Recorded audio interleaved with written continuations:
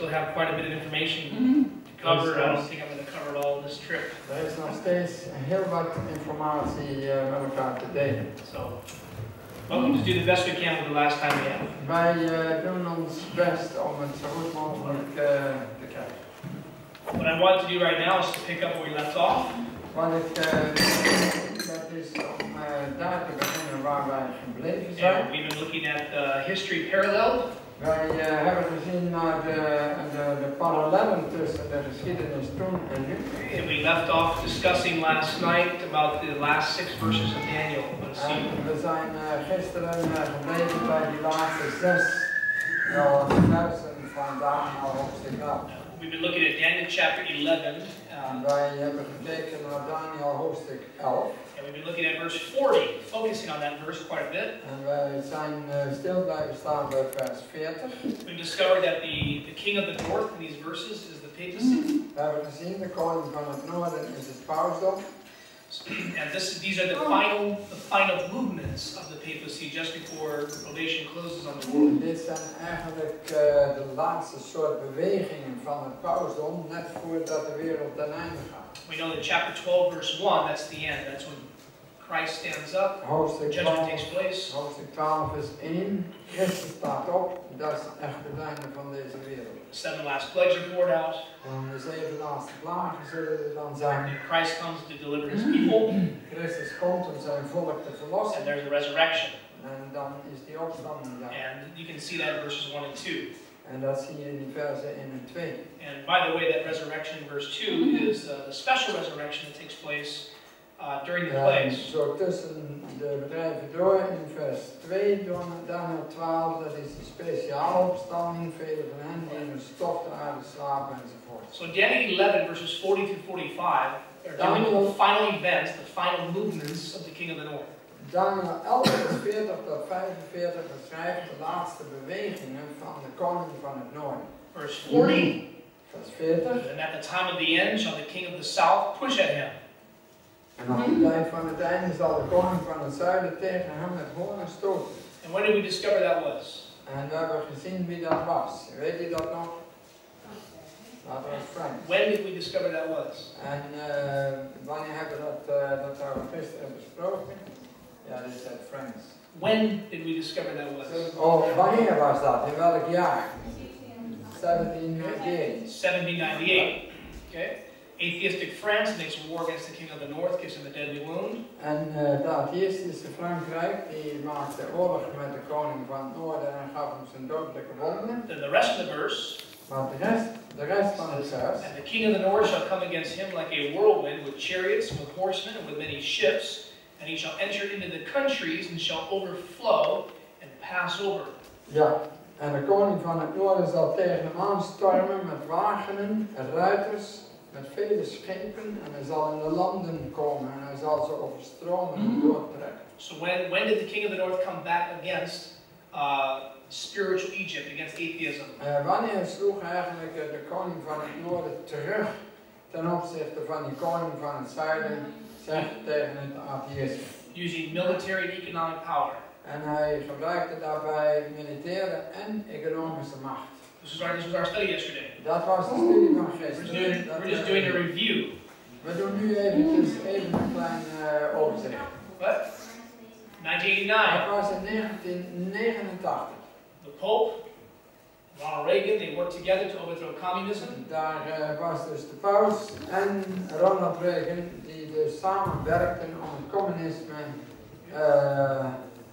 te overwinnen. So when you're reading the Bible, verse 40, this is now 1989 by the end of the verse. Dus als je dus vers 40 leest, dan kun je het tweede gedeelte van het vers dateren meer op 1989. Now we left off yesterday on this slide here, reading these verses or reading these quotes. We hebben deze citaten gisteren gelezen. Daar zijn we gebleven gisteren.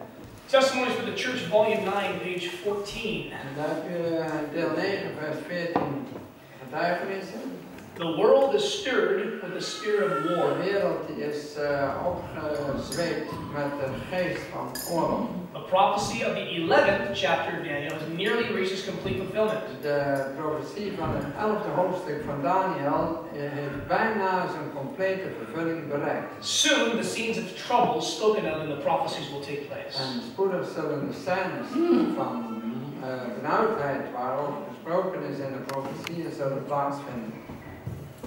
We have no time to lose. We hebben geen tijd te verliezen. Troublous times are before us. Er zijn troublous times, dat wil zeggen, er zijn moeilijke tijden zijn er voor ons. The world is stirred with the spirit of war. En de wereld is opgezweept met een geest van oorlog. Soon the scenes of trouble spoken of in the prophecies will take place. En spoedig zullen deze profetieën van de tijd van benauwdheid zullen plaatsvinden. The prophecy in the 11th of Daniel has nearly reached its complete fulfillment. En nog een keer, de profetie van het 11e hoofdstuk van Daniel heeft bijna zijn complete vervulling bereikt. Much of the history that has taken place in fulfillment of this prophecy will be repeated. En veel van de geschiedenis die plaatsgevonden heeft als vervulling van deze profetie zal worden herhaald. So the next event that's going to take place is in verse 41. Zo, het volgende wat plaatsvindt, dat vinden we in vers 41. That he, the king of the north, shall enter into the glorious land, and many shall be overthrown,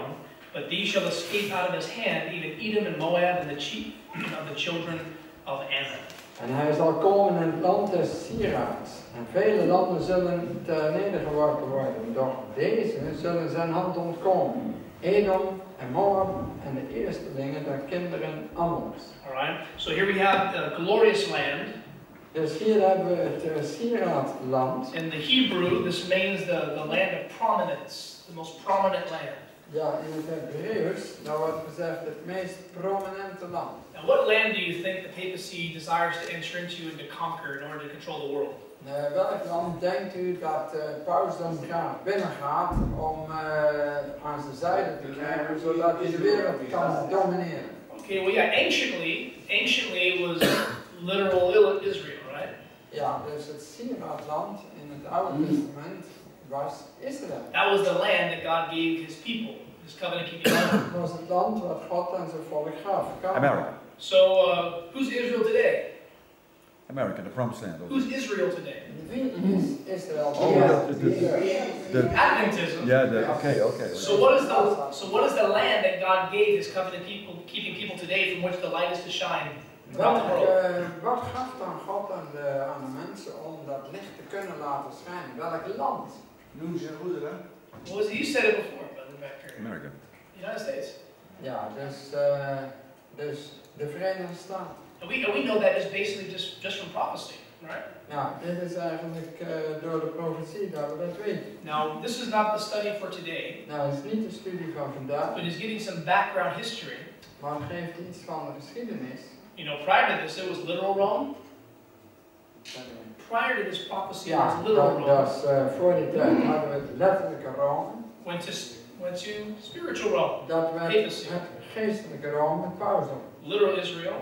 En het letterlijke Israël Spiritual Israel. wordt het geestelijke Israël. Literal king of the south. Het letterlijke koning van het zuiden Spiritual king of the south. wordt het geestelijke koning van het Right? zuiden. And then we had the literal glorious land, Palestine, that was conquered by literal Rome. En dan had je eerst het letterlijke Palestina of Israël werd door het letterlijke Rome. And now in the end of the world, we have the spiritual, the glorious En land, nu hebben we conquered by het spiritual Rome. geestelijke Israël, wat door het geestelijke Rome In other wordt words, ingenomen. type in any type as a word. Hier hebben we het type en antitype. Now, question: how does the papacy conquer the United States? Hoe heeft het pausdom de Verenigde Staten dan overwonnen? Is it through force of arms? Was dat door een groot leger? Why does the papacy hate the United States more than any other nation? Waarom? Because of the freedoms that it promotes and the thinking. What freedom? Mrs. White says it very controversial. Separation between church and state. Yeah. What? Religious. I need to translate. Oh, okay. Waarom haat het pausdom Amerika het meest? En de broeder zegt vanwege de vrijheid die ze daar verkondigen. Yeah, it's the freedoms that we have, obviously, right? It's Ja, het handelt dan om die vrijheid. civil and religious freedom. En dat is de burgerlijke en religieuze vrijheid. Separation of church and state. It's En true. de scheiding tussen kerk en staat. The seed for Protestantism. Protestantism. En je kunt zeggen, het zaad van het protestantisme is vooral daar gezaaid. But what is it that is, maybe I'm not an American, so I know the answer right away. If I was in an American audience, they would all give me the answer right away. Ja, What als it is. ik in een Amerikaans publiek zit, die kunnen me direct dat antwoord geven. All those answers were correct. Alle antwoorden zijn prima. But there's something foundational that created our nation that the papacy hates. It gives us all these freedoms. Er is één specifiek ding waar de paus al bijzonder haat. The division of state and... You already said that. Dat is de scheiding tussen kerk en But staat. what does anyone know? I mean, it's the Constitution. Ja, wel. The American Constitution is a document like none other in the world. Want de constitutie, de grondwet, is een wet die geen een ander land ter wereld In our founding documents, the Declaration of Independence, and the Constitution, and the Bill of Rights. Ja, dus je had drie documenten. De ene was het document van rechten. De wet van rechten, de Bill of Rights. Dat was een document van alle rechten. Dan had je de religieuze en je had de scheiding tussen kerk en staat. These founding documents of our country Deze documenten waarmee Amerika werd opgericht, recognize the right of the individual. Die herkennen of erkennen het recht van elke burger, van elke individuele burger, above the rights of the state. Boven de rechten van de staat. And it recognizes that all men are created in the image of God. This is in the Declaration of Independence. En zij erkennen dat ieder persoon is geschapen als evenbeeld van God. Dus in de beeld van God. And that we are given God-given rights. We have inherent God-given rights that we're born with. Dus wij beërven de door God gegeven rechten. And that proper government, is created by the people. En een goede regering wordt gevormd door het volk. And that government in its rightful place can only protect our God-given rights. It cannot give us rights and it cannot take our rights away. Zij kan niet rechten geven en rechten, maar ze kan ook niet de rechten ontnemen. Want zij erkent dat ze onder de leiding van God staan. Now this principle is in direct contrast to the vast majority of governments in this world. En dit principe dat staat in tegenspraak tot verreweg praktisch ieder land ter wereld. The vast majority of governments in this world believe that they can give you rights and they can take your rights away. Want de grote meerderheid van alle landen die hebben wetten waarin ze dus rechten kunnen geven, maar ook weer kunnen afnemen. And Americans historically have rejected that idea. En Americans historically have rejected that idea that government gives us rights. Amerikanen die hebben dat soort dingen al vanaf het begin hebben ze daar een andere vat op. So, okay, this was the whole principle of the American Revolution. Dat was ook het principe van de Amerikaanse revolutie. Now, this spirit, we're a liberty-loving people, we're a freedom-loving people. Dus wij zijn mensen die houden van vrijheid. And this spirit is still alive quite a bit in America. En deze geest die is er nog steeds wel in Amerika. But there have been fundamental changes over the last 100 years in our country. Maar er zijn werkelijk behoorlijke veranderingen geweest in de laatste 100 jaar van onze geschiedenis. And there is a plan to undermine our constitution. En er is een plan om de constitutie, de grondwet, te ondermijnen. Mrs. White famously predicted. En zuster White die heeft dat al op een beroemd geworden tekst voorspeld. That the Constitution of the United States of America would be repudiated. Ja, dus dat de grondwet in Amerika dat die opzij wordt geschoven. It would be undermined. It would be repudiated as a Republican and Protestant nation. Ja, die wordt ondermijnd, die wordt opzij geschoven als een republikeins land.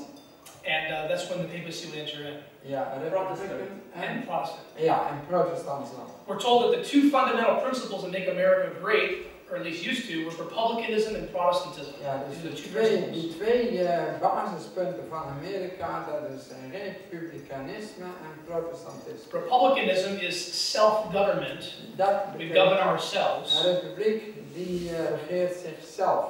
And of course we know the second principle of Protestantism, En het tweede, het protestantisme. which is the right of every man to have worship God according to the dictates of his own En conscience. wat betekent dat ieder mens het recht heeft om God te dienen naar zijn eigen geweten. That's why the very first amendment in the Bill of Rights is the separation of church and state. En daarom is de allereerste wet die er staat in die Bill of Rights, dat is de separatie tussen kerk en staat. Yeah, it can be summarized in this way. It can be Het summarized. kan gewoon samengevat worden op deze manier. Republicanism is the belief of a nation without a king. Ja, dus een republiek die gelooft in een land zonder koning. And Protestantism is the belief of a church without a pope. En het ware protestantisme gelooft in een kerk zonder paus. All right, and the papacy does not like this at all, right? Ja. Okay. Ja, dus. All right. So we understand that once a national Sunday law is enacted in the United States of America, Ja, dus dat die nationale zondagswet, dat zal dus beginnen in de Verenigde Staten. that's the beginning of the end. That's it. Dat is echt het begin van het einde. Yeah. Every other nation on the globe will follow America's example. Elke ander land op de globe die volgt het voorbeeld van Amerika. There will be a time of persecution Dat against zal een commandment tijd keeping zijn Christians, van vervolging. and Jesus will come. En dan zal Jezus komen. Now, why is a lot of people don't understand that? Why is Sunday such an issue? Maar waarom is die zondag eigenlijk dan zo'n onderwerp? Because it is the simple authority of the Catholic Church. There is no other authority that promises like the Son.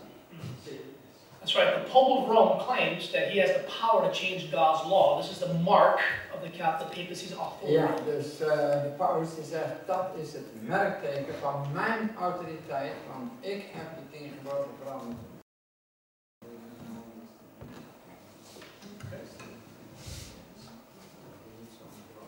All right. So we get down to Daniel chapter 11, verse 41. The papacy enters into the glorious land, and many are overthrown at this time. Ja, dus dan gaan we terug naar Daniel 11, vers 41 en dan zien we dat vele landen die worden onderworpen door dat paus. And people begin to receive the mark of the beast. En mensen die krijgen dat merkteken van het beest. Verse 42 talks about the land of Egypt, the symbol of the world shall escape. In vers 42, en daar gaat het over Egypte, dat is het symbool van het werelds. Verse 43, you'll have power over the treasures of gold and silver. The economy will finally be controlled. You can't buy and sell. Ja, en dan staat in vers 43, hij zal heersen over de schatten van goud en zilver. Dat wil zeggen, u wordt verboden om te kopen of te verkopen. And in the midst of this crisis, verse 44, the loud cry is going forward. The tidings out of the east and out of the north. En dan in vers 44, daar staat die geruchten van het oosten en noorden, dat is die luide roep die hem verontrust. But let's just read that real quick in verse 44. Laat ons eens vers 44 snel lezen. Some point in time, if I ever have the opportunity to come and share, I'll go over these scriptures in more detail. Maar als u wil, als we wat meer tijd hebben, dan kunnen we die andere versen in meer gedetailleerd bestuderen. Verse 44 says, but tidings out of the east and out of the north shall trouble him, trouble the papacy. Therefore he shall go forth with great fury to destroy and utterly to make away many. Maar de geruchten van het oosten en van het noorden zullen hem verschrikken. Daarom zal hij uittrekken met grote grimmigheid om velen te verdelgen en te verbannen. So here we have the glad tidings of the everlasting gospel. Dus hier hebben we dat goede nieuws van het eeuwige evangelie. Of the first, second, and third angels' messages. En de boodschappen van de eerste, tweede en derde engel. This is the loud cry. Dus de luide roep. And the papacy is furious. Maar de paus die wordt hier furieus. As people are coming out of Babylon. En wanneer mensen dus uit Babel komen. And he goes forward with fury to destroy. En dan slaat hij terug met grimmigheid staat er om te verdelgen. these are martyrdom. We know that there's going to be, you understand there's going to be martyrdoms under the Sunday law. Do you understand that? U kent toch deze zaak rond de zondagswet die uitgaat. And then finally a death decree will be passed. En dan tenslotte heb je eerst het verbieden om te kopen, verkopen en dan daarna een doodsdecreet. But finally the papacy will come to his end in verse Maar 45. tenslotte in vers 45 komt de pausdom aan zijn eind. And none shall help him. En niemand zal hem helpen. Matter of fact, maybe that's what I should preach on about this Sabbath. I think I'll deal with Revelation 17 this Sabbath. Ja, I'll dat deal is with that. een goed idee. All right. Komende Sabbat dan spreekt hij in Ede, in een kleine gemeente van Ede. Because it's the 10 horns, those 10 kings that will come and burn the whore with fire and eat her flesh. Want er staat dat de 10 horens, de 10 koningen, die verbranden die hoer met haar vlees. Die verbranden het. We'll talk about that Sabbath. Maar we gaan de Sabbat en spreken over. I do have one talk left on Sabbath, right? Ja. Okay. All right. So, dan gaan we allemaal naar Ede. all right. So that was just a brief overview, right? Ja, dat was even een kort overzicht. And usually what I would do is I take a whole week just to go over those 6 verses. Nou, normaal kost het mij een hele week alleen deze 6 versen. Yeah, but I don't have that much time, all right? Maar we hebben niet zoveel tijd. So we recognize we're now in between verse 40 and 41. Wij kunnen nu zien dat wij nu ergens tussen vers 40 en 41 zijn. Right? We're in between 1989, We zijn tussen 1989, when the king of the north came back against atheism, wanneer de koning van het noorden terugsloeg and aan we're just het atheïsme. and we're just before or in the beginning of verse 41 where he's entering in, but the Sunday laws haven't been passed. En we zijn net in die tijd waar hij in zou komen in het land der sieraad, zegt het, en vele andere landen. You know what's interesting about what's going to happen? Does anyone know what's going to happen in America this coming year? Heeft iemand een idee wat er de komende jaren gepland is in Economy Amerika? looks like it's going to crash. Oh yeah, it's made look like it's going to crash forever. It's going to crash one day, but I'm talking about verse 41. Family Day, the Pope want to go 1 week in the United States. That's right. Ja, dus de Very paus special. de paus heeft gepland om een hele week in de Verenigde Staten te zijn, wat men noemt de family. I believe it's supposed to be in September of this coming year. Ja, ik meen dat in september is gepland. The Pope is going to be visiting America, En dan zal de paus Amerika bezoeken. but it's not just that though. Maar het is niet alleen maar een bezoek. Congress has invited him to come and address them, our American Congress. Has invited the Pope to come to Congress to talk to them, to give them a good talking to. Ja, dus het congres, het Amerikaanse congres, we zouden zeggen, de Amerikaanse regering heeft hem uitgenodigd om ook de regering toe te spreken. Does anyone know what the American Congress does? U weet toch wat het Amerikaanse It's congres supposed to doet? be the ones to protect the Constitution. We have a tripartite system of government. We hebben een congres wat eigenlijk uit 3 partijen bestaat. We have the executive branch, We hebben degene die dus momenteel regeert, okay, the legislative branch, de wetgevende macht and the judicial branch. en de juridische macht. The executive is the presidency. Dat is de eerste, dat is de president. The legislative is Congress. De legislation, dat is de wetgeving, is het And congres. the judiciary is the Supreme Court, United States En Supreme dan Court.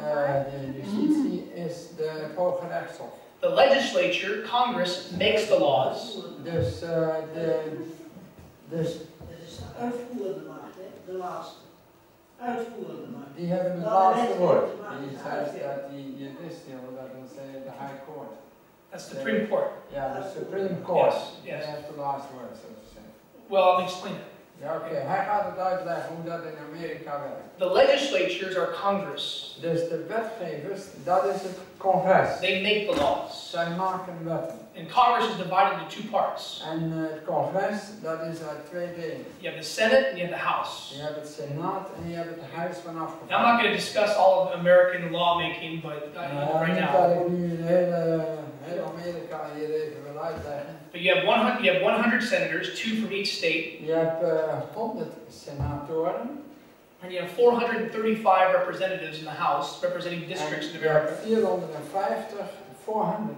35. ja, 435 afgevaardigden, dat noemen ze het huis van afgevaardigden. All right, and laws are usually created in the lower chamber of the House. They go to the Senate to be ratified. Ja, en in ons land bijvoorbeeld heb je deze in de Tweede Kamer wordt een wet gemaakt en in de Eerste Kamer wordt die aangenomen of verworpen. Hetzelfde idee is daarop. Once the law is passed, it goes to the executive branch, the president, who executes the law and signs it into En law. als die wet door die beide partijen heen komt, dan gaat die naar de president en die moet daar zijn handtekening onder zetten. And the executive branch, the president has authority to enforce those laws. En de president die heeft dan de macht om zulke wetten ook van kracht te maken. So he has different departments that enforce the laws, like the Justice Department. Hij heeft verschillende departementen onder zich natuurlijk die dat allemaal voorbereiden, etc. If somebody challenges that law as being unconstitutional, Als iemand er dan tegenin gaat en zegt, oh, die wet die je nu maakt, die is tegen onze constitutie in. then it goes to the Supreme Court, and the Supreme Court, the judiciary, decides whether it's according to our Constitution or not according to our Constitution. Ja, en dan gaat dat naar het Hoge Rechtshof. En het Hoge Rechtshof moet dan bepalen of dat die wet inderdaad tegen de constitutie ingaat of toch door. And laws are either confirmed or they're overthrown En by dan the worden court. de wetten die worden ofwel bekrachtigd, ofwel ze worden teruggestuurd, of gewoonweg ontbonden. Alright, so now you know a little bit how America works. Nou, je weet nu enigszins hoe dat in Amerika werkt. What's the point? Ja, maar wat is nu het punt waar ik naartoe wil? The Pope's on. When I told you that the Pope is going to Congress, Ik heb u dus verteld dat de paus het congres bezoekt. what does that mean? Wat betekent dat? He's going to the legislative branch where they make laws. Dus hij gaat naar die afdeling die de wetten maken. This is a big deal. Dat is een heel ding. You see, the executive branch, the presidency, has been very interested in the Pope for many, many years. Maar bijvoorbeeld die eerste, de presidentenafdeling, die is geïnteresseerd al jarenlang. Die willen dat graag. Ever since the days of Ronald Reagan, the executive. Sinds bijvoorbeeld Ronald Reagan de zittende president was. They've been working with the Pope secretly, but never openly. Hij werkte in het geheim met de paus samen, maar niet openlijk. Okay, you understand this? Begrijpt u? Ronald Reagan, Ronald Reagan. George H.W. Bush, that's the En father. dan heb je dus de vader van George Bush die we nu hadden, dus ja, die oude. Bill Clinton, Dan had je Bill Clinton. George Bush Jr., Dan had je George Bush. and Barack Obama. En nu heb je dan tenslotte Obama. All of them, Allen, within the first 90 days of being sworn as president, they go visit the Pope. in de eerste 90 dagen van hun presidentschap moeten ze naar de paus of bezoeken de paus. So the executive branch has been working with the Pope for many years. Dus die werkende afdeling, waar de president toe behoort, die gaan allemaal naar die paus. Die willen graag doen wat de paus zegt. Okay? The president has the power to instruct his departments to work with the papacy. Like, for example, the CIA, the FBI, and the NSA can work with the papacy. Dan heb je dus de CIA en de FBI en al die departementen. Die hebben allemaal de opdracht om met die paus samen wat uit te broeden. You understand this? Begrijp je dit? But it's never been open. Maar dat is nog nooit zo open geweest. Dat is niet aan de oppervlakte. The first time it became really open was with our last president, George Bush. De eerste keer dat het een beetje naar de oppervlakte ging, dat was met George Bush. When he invited Pope Benedict to the White House. Toen hij de paus Benedictus uitnodigde in het Witte Huis. Does anyone remember this? Yes. This was, this was the first time in American history of 250 years where a pope ever went inside the Oval Office of the presidency. Ever. En dat was voor het eerst sinds 250 jaar dat een paus ooit voet zette op Amerikaanse bodem. En dat binnen nog uitgenodigd werd in het Witte Huis. And they flew the Vatican flag at the White House. En Flying the Vatican flag in our de capital. vlag van het Vaticaan die wapperde op het Witte Huis. What does it mean when an enemy plants his flag on your soil? Wat betekent het? They conquered you. Ja, dus als een vijand normaal gesproken de vlag op jouw gebied zet, dan betekent dat dat je overwonnen bent. Je geeft je gewonnen. And the American president instructed our military, because he's not only the chief executive, but he's also the commander-in-chief of our armed En de forces. president is ook zal maar zeggen, de kapitein van de hele militaire macht. Die heeft hij onder zich. And they do that for a En die reason. heeft hij geïnstrueerd. They do that for a reason, by the way. Zij doen dat met een bepaalde reden. In our constitution, we wanted a civilian power to be in control of the military.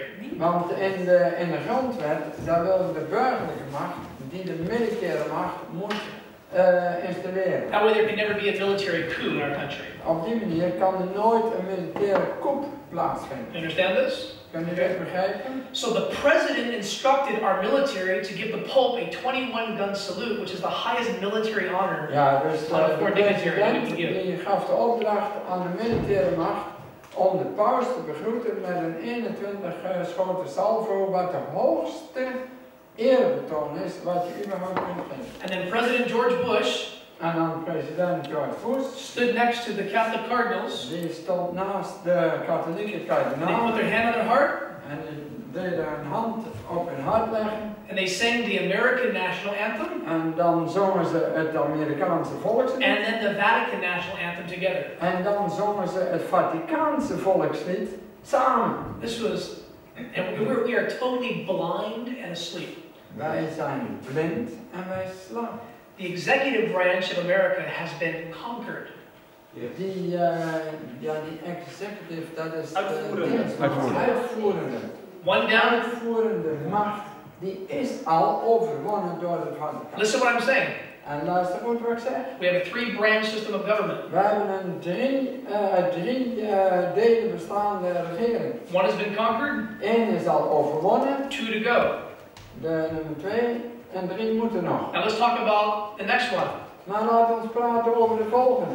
The judiciary, the Supreme Court. Dat is het Hooggerechtshof, dus die justitiële afdeling. Our Constitution allows 9 justices. Onze grondwet die staat toe dat er 9 rechters zijn daarin. Okay, they are appointed by the president and they rule for life.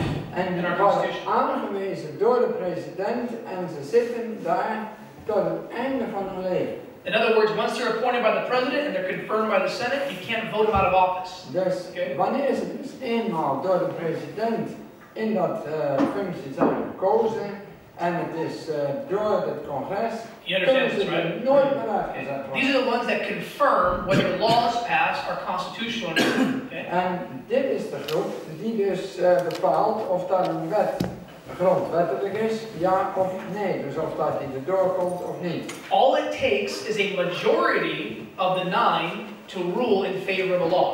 5 versus 4. That's all Alles it wat takes. het dus verlangt is dat van die 9, dat er minimaal 5 zijn die dus doen wat in dit geval de paus wil en dan gaat de zaak weer door. Now pay attention. Nou, let goed op. Because we're told the great controversy that the papacy is far-reaching in her aims and goals. You see, it's En far we and lezen in het boek De Grote Strijd dat het pausdom heel verrijkend is in haar doelstellingen en de manier waarop ze die doelstellingen bewerkt. And you're thinking like, why do I care about all this American government? Ja, I'm dan Dutch. misschien denken, ach, ik ben Hollands, wat interesseert mij die Nederland, die Amerikaanse. You should care. Maar je moet erover denken. Because once the Sunday laws pass in our country, that's the end of the world. Dan op het moment dat de zondagswet erdoor komt in Amerika, bent u ook aan de beurt. Now, if you were the papacy, if you were the Pope, Nou, stel, u bent de pausdom. which one would you try to conquer first? Welke van die 3 zou u het liefst dan het eerste te pakken hebben? Why would you try to conquer the executive first, the president? Waarom Why? het eerste die uitvoerende? Because they choose who the justices are. Want zij bepalen wie die hoog Not only zijn. that, but what's easier to conquer? Maar wat is gemakkelijker? One person, 1 persoon 9 people, of 9 or 535 people? of 535? One. So the executive was conquered, Zo, op het moment dat die uitvoerende macht is overwonnen, and that's the one they conquered right there en dat is degene die er zit in 1984. in 1984 al. Okay, that was when Ronald Reagan sent an American ambassador to the Vatican. Dat was het jaar waarin Ronald Reagan een Amerikaanse ambassadeur naar het Vaticaan Now pay zond. attention. Ever since the days of Ronald Reagan, Sinds de dagen van Ronald Reagan every president has been sympathetic with the Catholic Church. was elke president nog zeer sympathisch met de paus. So whenever a Supreme Court justice dies or Wanneer retires, er dus een of andere rechter van het Hoge Rechtshof sterft, these presidents appoint a new justice that will rule for life. dan zal deze president een nieuwe rechter aanstellen voor zijn hele leven. Now we have 9 justices. Nou, we hebben 9 rechters. Out of those 9, Van deze 9, how many of you think now hoeveel denkt u are nu Roman Catholic? zijn Rooms-Katholiek? 6. Er zijn er 6. It only takes 5 Maar je hebt er maar 5 nodig to conquer the court. om het gerechtshof te overwinnen. And we have 6 now. Maar we hebben er al 6. Guess who's appointing the Catholic justices? Nou, wie denk je dat die katholieke rechters aanstelt?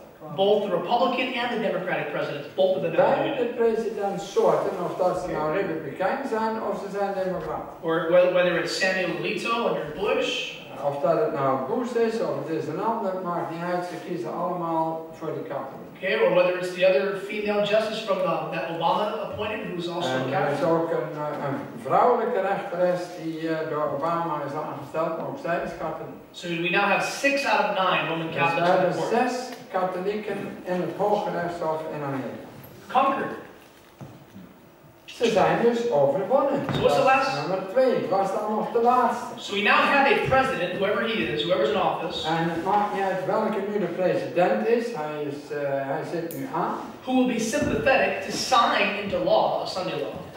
Die dus ervoor is om bijvoorbeeld een zondagswet te laten passeren. We have a Supreme Court We hebben dus het Hoge that is Rechtshof. sympathetic to rule that a Sunday law will be constitutional. Die er helemaal voor zijn dat zo'n zondagswet inderdaad What are we missing? regel wordt in Amerika. Wat missen we nu nog? So what are we missing?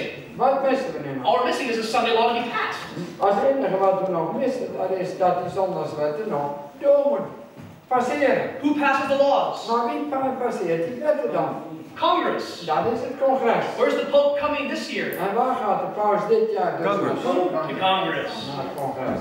To talk to the Congress. Om met het congres eens even te praten. They have to understand that the majority of 535 Maar dan moet je, representatives, bedenken dat van die 535 vertegenwoordigers in dat congres, the majority are Roman Catholic now in Congress. dat nu ook de meerderheid van dat congres, dat die katholiek zijn. We just had an election, so there's a different number now. Maar nu net weer die, we noemen dat verkiezingen. But I believe at last count it's somewhere over 300 are Roman Ik Catholic. meen dat het nu zo ongeveer ligt dat ze zo ongeveer zo'n 300 congresleden zijn rooms-katholiek. So here comes the Pope to talk to our lawmaking Hier leaders. komt dus de paus om met die wetgevers te praten. Who's the Pope, by the way? Wie is dan de paus? He's a Jesuit.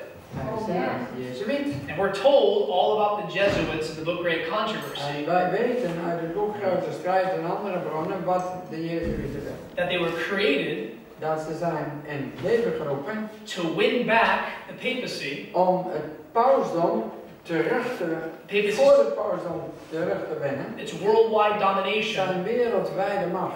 And to undo everything that Protestantism has done. En alles te vernietigen wat het protestantisme tot stand heeft gebracht. You've read this before, haven't U you? hebt dit al gelezen, Yes. And we're told that wherever the Jesuits went, there was a revival of popery. En we weten dat daar waar de Jezuïeten succes hebben, daar is een opwekking van het pauselijke. Guess we'll see what happens, right?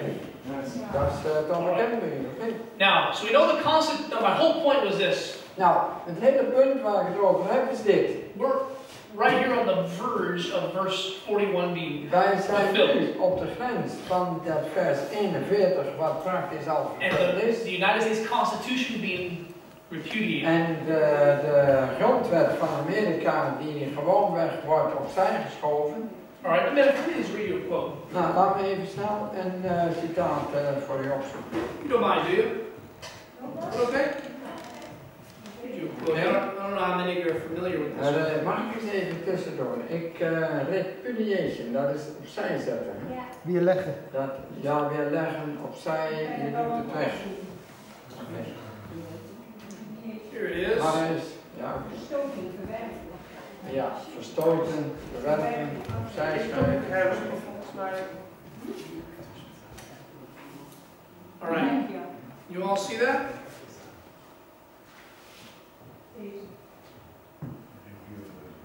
Can you see this? Ja. Let's go ahead and read that real quick. Nou, laat ons dat citaat eens samen lezen. By the decree of enforcing the institution of the papacy in violation of the law of God, so speaking about the decree of Sunday, our nation will disconnect herself fully from righteousness. Ja, door het decreet om dat instituut van het pausdom te bekrachtigen, dan gaat het over de zondagswet, in overtreding van de wet van God, zal onze natie zich compleet losmaken van gerechtigheid. When Protestantism shall stretch her hand across the gulf to grasp the hand of the Roman power, Ja, dus wanneer het protestantisme haar hand uitstrekt over de kloof, om de hand van de Roomse macht te grijpen, dan, when she shall reach over the abyss to clasp hands with spiritualism, ja, en wanneer ze dus haar hand ook steekt over die kloof, om de handen van het spiritualisme te nemen, when under the influence of this threefold union, wanneer onder de invloed van deze drievoudige macht, our country, the United States, ons land, de Verenigde Staten, when it shall repudiate every principle of its wanneer constitution ze elk principe van haar eigen grondwet daarmee verwerpt, as a Protestant and Republican government, als een protestant en republikeinse regering, and when it shall make provision for the propagation of papal falsehoods and delusions. en Stop wanneer on het Sunday. dus de voorziening treft voor de verkondiging en vooruitgang van de pauselijke valsheden en misleidingen, When that happens, wanneer dat gebeurt, then we may know that the time has come for the marvelous working of Satan dan and the end is near.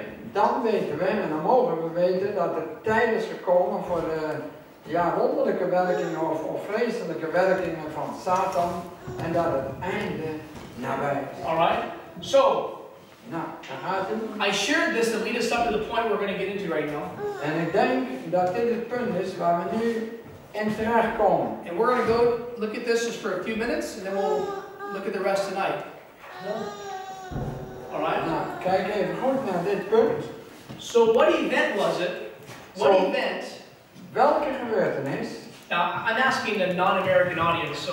Nu vraag ik dit aan een niet-Amerikaans publiek. But if I was speaking to an American audience, Maar als ik zou spreken hier tot een Amerikaans the publiek, question I'm about to ask you right now, om de vraag die ik aan u zou stellen nu, every American knows the answer like that. dan iedere Amerikaan die kan het direct zeggen. And here's my question. Ja, dat is de vraag. You may know it too. We'll see. Misschien weet u het ook. Here's the question. Hier is de vraag. What event was it that took place Welke gebeurtenis was het wat plaatsvond, that caused America to begin radically undermining our Constitution? waar Amerika begon met haar eigen grondwet te 11 ondermijnen? september. What took? Welke zaak vond plaats? You got it. You're right. You're right. Ik heb het niet gehoord. September 11, 2001. Ja, 11 september. September 11, September. 9/11. There we go. Yeah. Every American knows that answer. I would have given another answer actually. Oh, I think it started already way before. well, it did, but there's nothing close to what happened 9/11. Oh. Nothing close. Alright, dus het was. Not even Wat close. ik zeg dat is dat het begon al veel eerder Okay. met allerlei dingen. Dit was ook lang voor die tijd. Maar hij zegt maar wat op 11/9 gebeurde, dat was veel meer. Dat had impact. There's always been a battle over our Constitution, Torens. but never ever in history Maar nooit before in de geschiedenis. did we have what took place to our Constitution after 9/11. Dat is wat gebeurde nadat die zaak met die torens. September 11, 2001, Dus op 11 september 2001, within 10 days, binnen 10 dagen, we started having the most radical legislation, laws passed that stripped away Americans from the privileges and hadden rights ze and de protection meest of our Constitution. radicale wetten die zomaar even in 10 dagen konden veranderen, die de Amerikanen beroven van eigenlijk heel veel vrijheden. We had the U.S. Patriot Act passed. We hadden de Patriot US Act. patriotten, ja. You know what the Patriot Act? You know what the Patriot Act did? Je weet wat die patriottenwet deed? It authorized for indefinite detentions of Americans, no habeas corpus rights, and observations of Americans. This was the Patriot Act. Ja, die habeas corpus rights. Ik weet niet meer precies wat het over ging, maar er werden 3 wetten passerende één voor één die de Amerikanen beroven van hun vrijheid. Okay, so this was the U.S. Patriot Act. Ja. All right. Then we passed the Patriot Act. Ja, weet je maar niet. Fysieke rechten zijn, wat ze ook in Canada B hebben gedaan, weet je wel? Dat ze gewoon... What's that? Ja, ze mochten mensen vasthouden zonder Ja, wat is dit voor example, hoe heet dat ook weer? Allemaal B. Dat is just... Hang on a second. I'm going to move on. Guantanamo Bay was not used like it is now until after the Patriot Act was passed, September 11, 2001. Yeah, the events of September 11, 2001. Yeah.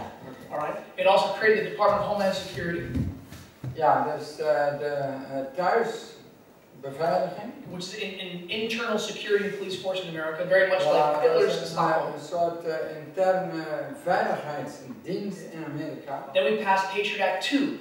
En dan had je weer een patriotwet nummer 2. Which means that Americans can now be kidnapped at any time by the government and disappear. Ja, dat betekent dat elke Amerikaan die kan nu gewoon gekidnapt worden door de regering. All right, this is, and brothers and sisters, you don't hear about this stuff in the news. Ja, when this happens. je hoort niet dat in het nieuws, maar dat is wat er gebeurt. Then we had FISA, the Foreign Intelligence Surveillance Act, passed. Ja, dan had je visa, dat is een lang woord. Foreign Intelligence Surveillance Act. Foreign Intelligence Surveillance Act. Oh ja, Surveillance Act, dus voor de buitenlandse. Anyone know what that one does to Americans? Every single phone call, every single email, every single credit card transaction, every single thing that you do is stored up by the National Security Agency of America. And these are records that they're using to be able to arrest Americans and try them for terrorism. We have surveillance that no other country has. Dus wij hebben een surveillance, ze kunnen je telefoon afluisteren, ze kunnen e-mails bekijken, ze kunnen eigenlijk elke transactie die jij doet, die kunnen ze dus. Didn't you hear about this? This here? NSA, you know, NSA. Edward Snowden? NSA. Ja, dus ze kunnen eigenlijk, om het eens kort te maken, ze kunnen alles van jou gewoon bekijken. Zodra je een e-mailtje stuurt, zodra je een telefoontje maakt, zodra je dit doet en een transactie doet, alles mogen zij bekijken. This was just revealed this year, but they've been doing it for 13 years. Dit jaar is dat eerst bekendgemaakt, maar ze doen het al meer dan 13 jaar. Okay, your smartphones. In jouw smartphone. If you have a smartphone in America, als je een smartphone hebt in Amerika. It watches you and it listens to you all the time. Het bekijkt jou, het hoort jou al. You think this is a conspiracy? Denk je dat dit samenzwering is? This has been reported by every major news organization in America as fact now. Dit is de elke nieuwsdienst van Amerika is daar gewoon als een vaststaand feit in een nieuwsprogramma. Big Brother's watching. Gebracht. All of your Facebook accounts, your Gmail accounts, your Yahoo accounts, Hotmail. Hotmail, Gmail, alles wat met e-mail te doen heeft, dat wordt bekend. All this is data mined and they keep track of everything. En ze kunnen ieder dingetje tussendoor kunnen ze bekijken. You've been hearing about these like lone wolf ISIS attacks, like in Australia, in the UK, in America. You've been hearing about this? Canada. De aanvallen en zo. Lone wolf, you know where the lone wolf, daar weet ik wat is. Have you been hearing about this here? Yeah. Lone wolf attacks. Yeah. And it's on the news publicly that the way they find out about these people is public. They say they check out all their Facebook accounts and they link all their friends and all their contacts to be able to arrest them before they do a terrorist attack. This is very well known. Ja, dus in Amerika is het heel bekend dat ze op die manier ontdekken ze, oh daar is een of ander iets gaande En dan kunnen ze ingrijpen en arresteren die persoon, hopelijk voordat de terroristische daden waar we het over hebben dan plaatsvinden. Okay, are you ready? This is not all that's been passed since 9/11. Maar dit is niet allemaal dat is allemaal sinds die torengeschiedenis daar is dat allemaal gekomen. So we have Patriot Act.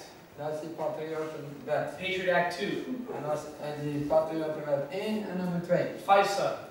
En dan die visa, dat And is we also FSA. and we also have the NDAA that was passed just 1 year ago. NDAA, dat is NDAA. This is the National Defense Authorization Act, Ja, de NDAA. Nationale Verdediging,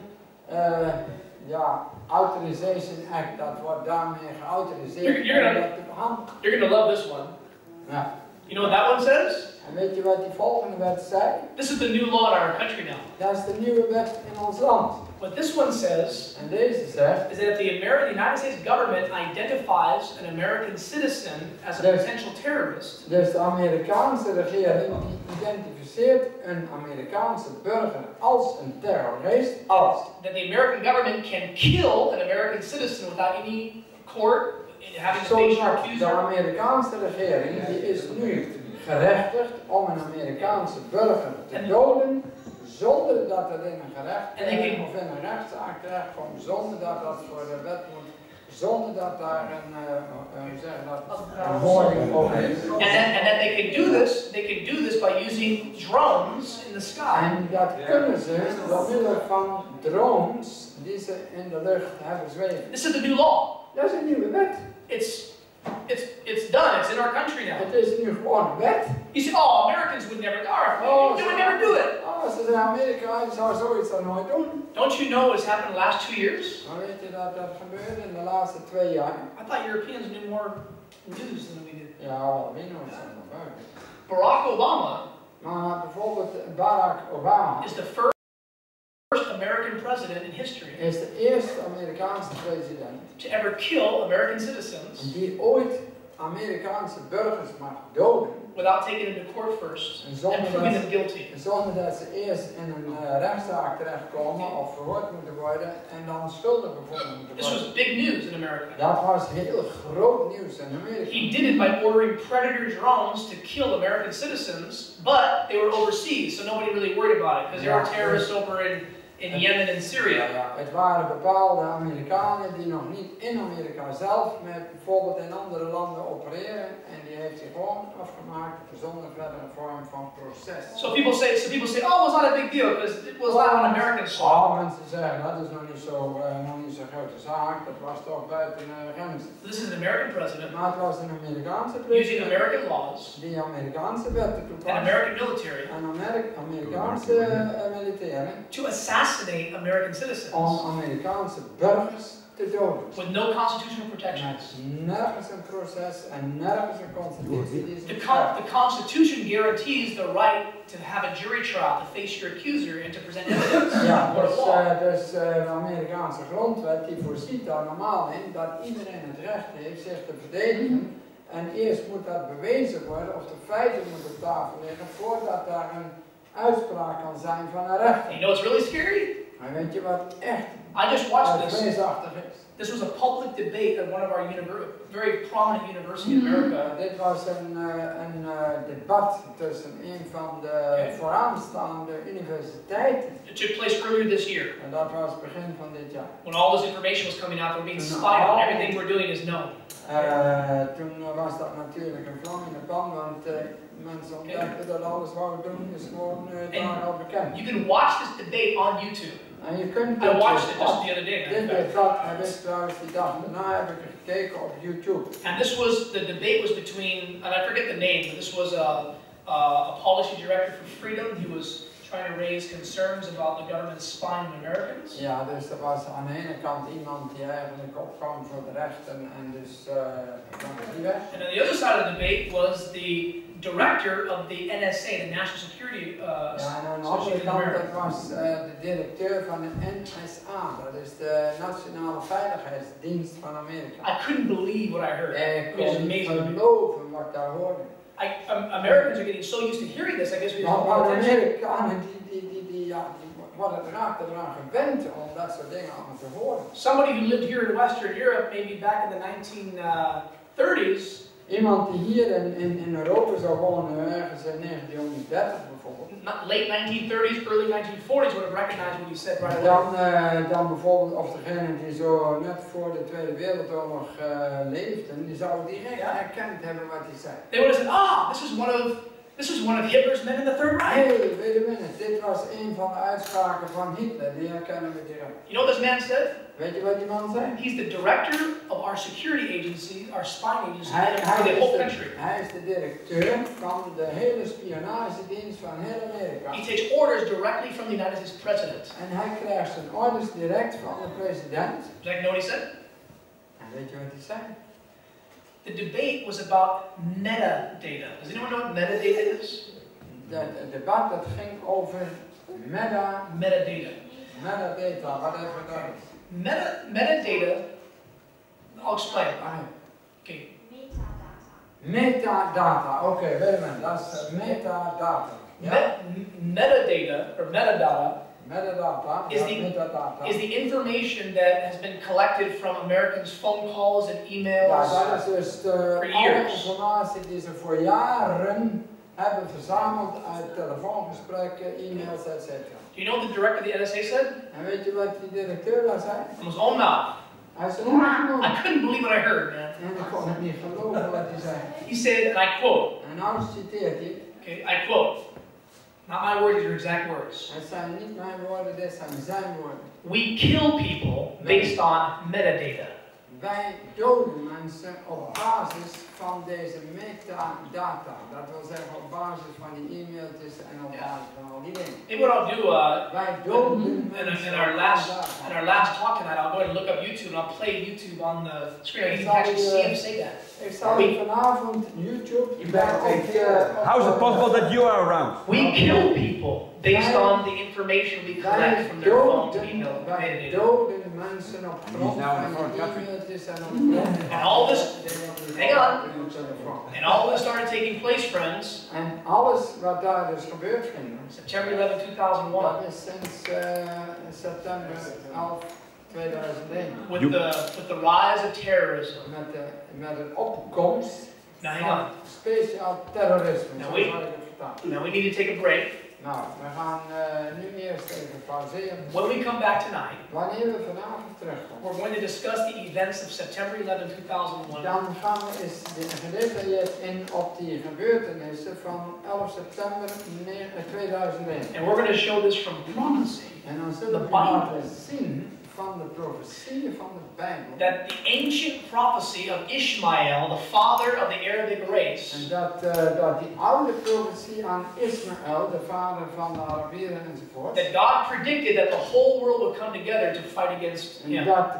Dat God al voorspelde dat de hele wereld samen zou komen om tegen hem te strijden. And we'll look at how this fits into this prophecy. En we zullen laten zien hoe dat precies hierin past in die profetie en die eindtijd. Alright, so we'll do that, okay?